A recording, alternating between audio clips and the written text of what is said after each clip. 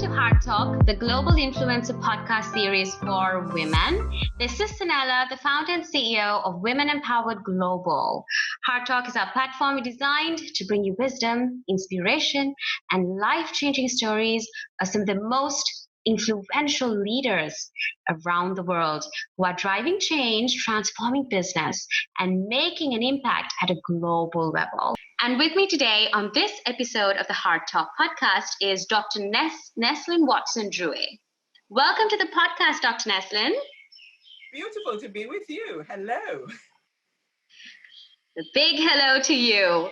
So Dr. Neslyn is the former chairman of NHS Kingston and high performance executive coach with over 25 years board level experience. She's an acclaimed executive coach, author, and keynote speaker on the topic of leadership. Her expertise has been sought after by business, the government, NHS education, and voluntary sectors. Dr. Neslyn is highly decorated with multi-awards, honored 3 times by Her Majesty Queen Elizabeth II. And Dr. Neslyn has dedicated her life to service, personal leadership development of others. And Neslyn has presented to the European Parliament, public and private sector organizations, and various charities on leadership development, emotional intelligence, and creating and sustaining high performance teams. Oh, wow. We are so honored to have you. And, I listened to all that and I thought, is that me? You are such a massive role model around the world, and we're so honored to have you. And so, Dr. Neslyn, I have had the personal honor of meeting you in person, attending conferences with you, and being inspired by you. And I'm honored that you're in our global network of global influencers and leaders. So welcome, welcome, welcome to today's podcast. And without much ado, I'm going to get straight into it. I have some fantastic questions that the audience would really like to learn and be inspired with you. So let's go back to the 60s.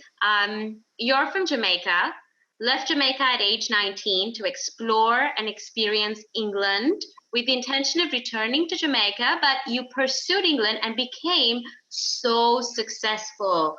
What was that journey like? Tell us a little bit of the good and the struggle, and what were some of those tough times like for you? Well, the journey has been exciting, and I have been very blessed. And going through, I have always had that inner drive to be a healing force in the world. And at age 19, did I know what that was going to be like? Of course I didn't. I had the intention to return to Jamaica as a public health nurse. And as you know the history, I never did return because I am still here. I met Peter Druée, my husband, and got married, and the rest of that is history. It's been exciting because I have always strived to do my best. And I have always been driven by that internal, what I would call an internal inner light, really, to be my best, to support others to the highest capacity that I am able, and to show love and kindness in the world. Of course, I've had some challenges. And one of my greatest challenges is when I was on the very height, when I would call it the pinnacle of my career, as a deputy director of continuing nurse education. And the pinnacle, it was a pinnacle because it was one of those jobs where the HR director called and said, we have good news and bad news. And which do you want? And I said, well, if it's good and bad, give me the bad and then finish off with the good, and then we can all celebrate. And she said, the bad news is we are not going to appoint you for the job for which you have applied. But the good news is we are going to appoint you, and we want you to within the parameters of the following, and we would want you then to write the job description and to determine how much we are to pay you. My goodness, does these things happen? And 2 years later down the line, a new manager came in. It was a joint appointment between one of the higher education centers at the university and the health authority. New manager came in and said, Neslyn, I find you threatening because you're Black, you're a woman, and you're intelligent, and I am going to block you. And of course, that was just so difficult for me. Oh my God. The bottom actually fell out of my world. But because we've got such a lot to get through today, I'm going to cut the story short. And I decided by then that, I have enough resilience, I have enough intelligence, I've had enough success. By then, I had both my first and second degree. I was also the recipient of an SO development scholarship and all of that. So I went out and set up business. I went up and set up my own business, Beacon Organizational Development, way back in 1989. So I'll pause there because I could talk forever. Wow. One thing that strikes me is that definitely there is this sense of star quality. I mean, even when I speak to you, just your energy, your eyes, you're so vibrant. And that is the kind of sort of thing I want our listeners to grasp, is that challenges come your way. But what is it? You said resilience and just that courage to push through. What were some of the things that you told yourself as a woman in that situation to help you overcome? Well, I'm a woman of faith. I am very spiritual, but not religious. And so I know that I am actually created for a purpose. And as a matter of fact, one of my books is very much about your purpose. So I have always been very purposeful. I have an inner guidance. I have an inner mentor, in the sense that I know who I am. I know that I am unique. I know that I am special. And that doesn't mean that I'm in competition with anyone else. I know that I am created for a purpose. And when I log into that inner self and knowing that I am here as a radiant being to add to the love and joy of the world, there's nothing that can stop me. The only thing that stops me is me. Complete.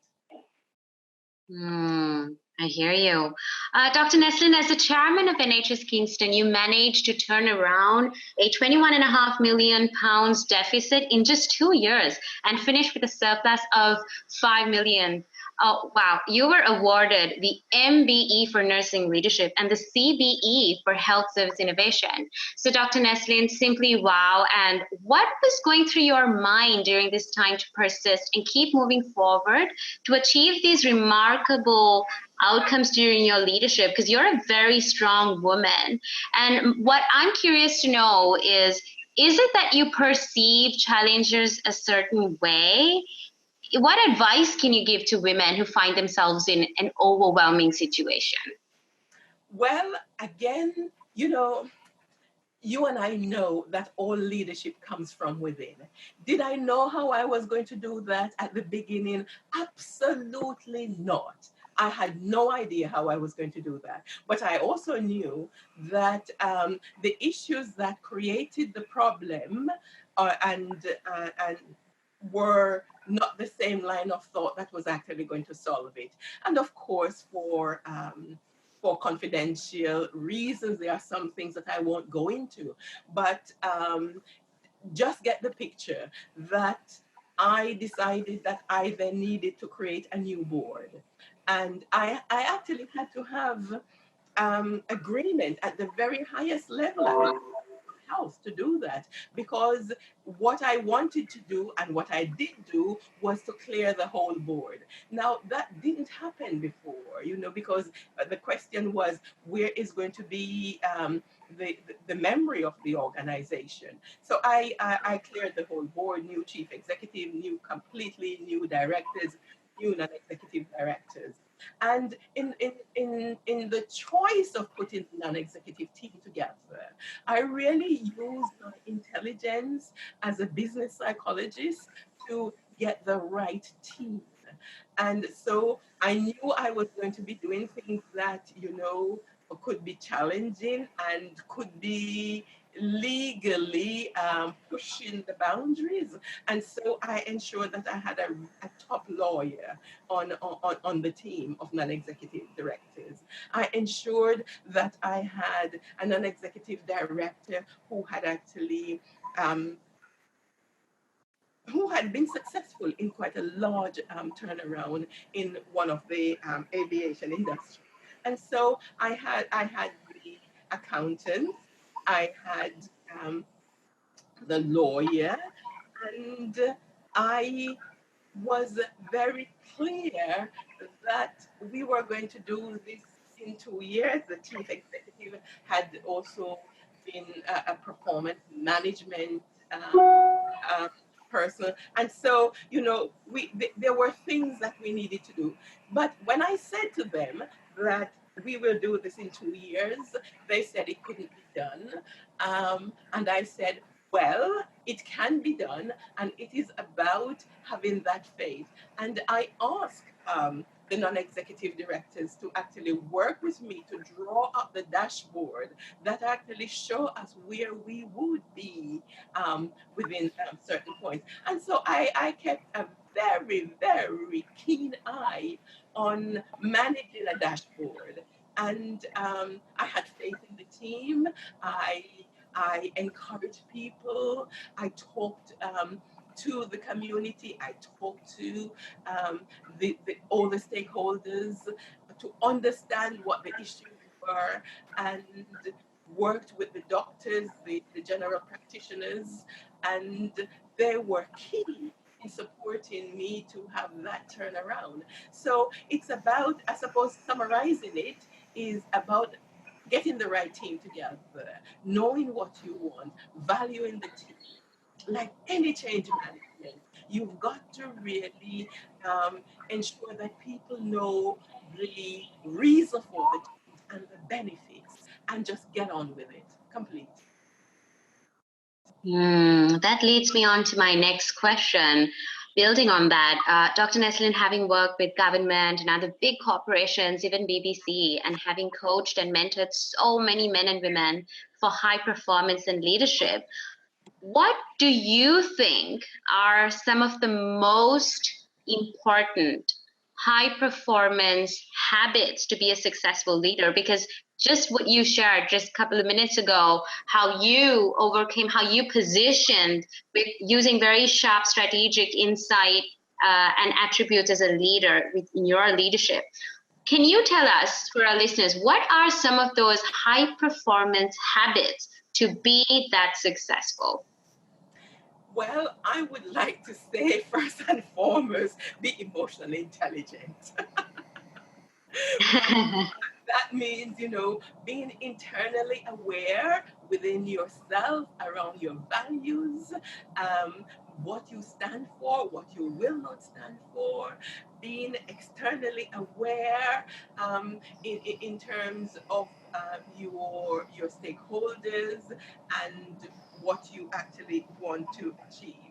I know that clarity is very important because, um, so to answer the question precisely, clarity. So in emotional intelligence, clarity. When you are clear, the the universe has a wonderful way of bringing to you the resources that you need, and your higher mental body, and your subconscious mind. We are only using about 5%, 5 to 10% of our capacity. Most of it subconsciously. We are not tapping in. And when we tap in, occasionally we don't get what we want because we're spending so much time focusing on the problem rather than on the solution. So send your subconscious mind to say, this is the solution I want, find it. And you will be amazed of how the people, the resources, magic actually happens when you send your subconscious mind to work. So clarity is very important. It's influencing. You know, you and I, we will never be able to bring the teams and to bring the vision together that we want to achieve if you don't have that vision and if you're not able to influence with that vision. So influencing is extremely important. And within influencing, you know that you've got to trust. And again, look deep within and be very clear. And I think emotional intelligence actually comes back in here. And be able to coach your team, be be a leader that is transformational through a coaching approach. Listen. I can't say that much. Listen to people, because even the people who don't agree with you, because when you listen well, there are always nuggets. You know, you and I need to remember that sometimes the people who we have challenges with and we find difficulty with, it's mainly because sometimes um, they are actually mirroring behaviors that we have suppressed. So when you are very open and when you are coming from a clear heart, there is nothing that you can't achieve. Complete. That's very powerful. Just how you broke that down, that sequence, it's so powerful. That brings me to my next question. I know that you've authored so many best-selling books, but today I want to talk about your book, Joyful Living. This book focuses on the relationship between joy, purpose, and passion. What advice or steps can you give women who want to find more meaning and joy and purpose in their life? And also, can you touch on how to turn something you enjoy doing into something profitable? Because that's speaking to the mompreneurs out there in our audience as well. So we touch both aspects. Well, I really believe that you need to be very clear about what is it that actually gives you joy. And when you have that clarity about what gives you joy, then it is just so important. I don't think people spend enough time to focus on what is it that actually gives them joy. So I would say one of the things you do, open up your heart and begin to think about what is it that gives me joy. Really know what is it that gives you joy, and you need to take that inventory. Um, many people don't do that, and I don't know why. I really don't know why they don't take the time to do the inventory. I I believe that when you are clear about what is it that gives you joy, and you marry that then with understanding why you are here, and when you begin to ask yourself, why am I here? You know, we are always led back to what is it that gives me the greatest feeling of accomplishment? What is it that makes my heart sing? I think me, we all need to think about what is it that actually makes our heart sing and do the work. I really do believe that you need to do the work, because when you do that work, it gives you great insights. Um, and it is to be done. If you don't spend the time to reflect, then you actually do find yourself going round and round. Have I given you enough? Yes, thank you. Dr. Neslyn, my final question is, what is your HeartTalk success tip for women listening in today? I would say live a life that is both purposeful and what you are most passionate about. And in so doing that, recognizing that you do have an inner purpose and an outer purpose to your life. And when you are clear about your purpose actually gives you clarity, your purpose gives you power. It's so important to know that your purpose gives you power. And true power really comes from understanding that you are here for a reason. And that is just so important. It's important for you to take the step and let go, and know that whatever challenges um, you face in life, there are solutions, and seek for the solutions. So weave your passion and weave your purpose together to create a transformational life and just blossom. Amazing. Complete. Thank you. And there you go, ladies. That's the one and only Dr. Neslyn Watson-Druée, all the way from the UK. She's our global leader and also our global partner in the Global Influencer Network. Thank you so much, Dr. Neslyn. It's been so wonderful speaking to you as always. We look forward to getting in touch with you again. Peace be with you and lots of love and joy to your listeners. I would say peace, love, joy, and happiness to your listeners. Perfect ending to the podcast today. Thank you so much, Dr. Neslyn. So much, Dr. Neslyn. So much, Dr. Neslyn.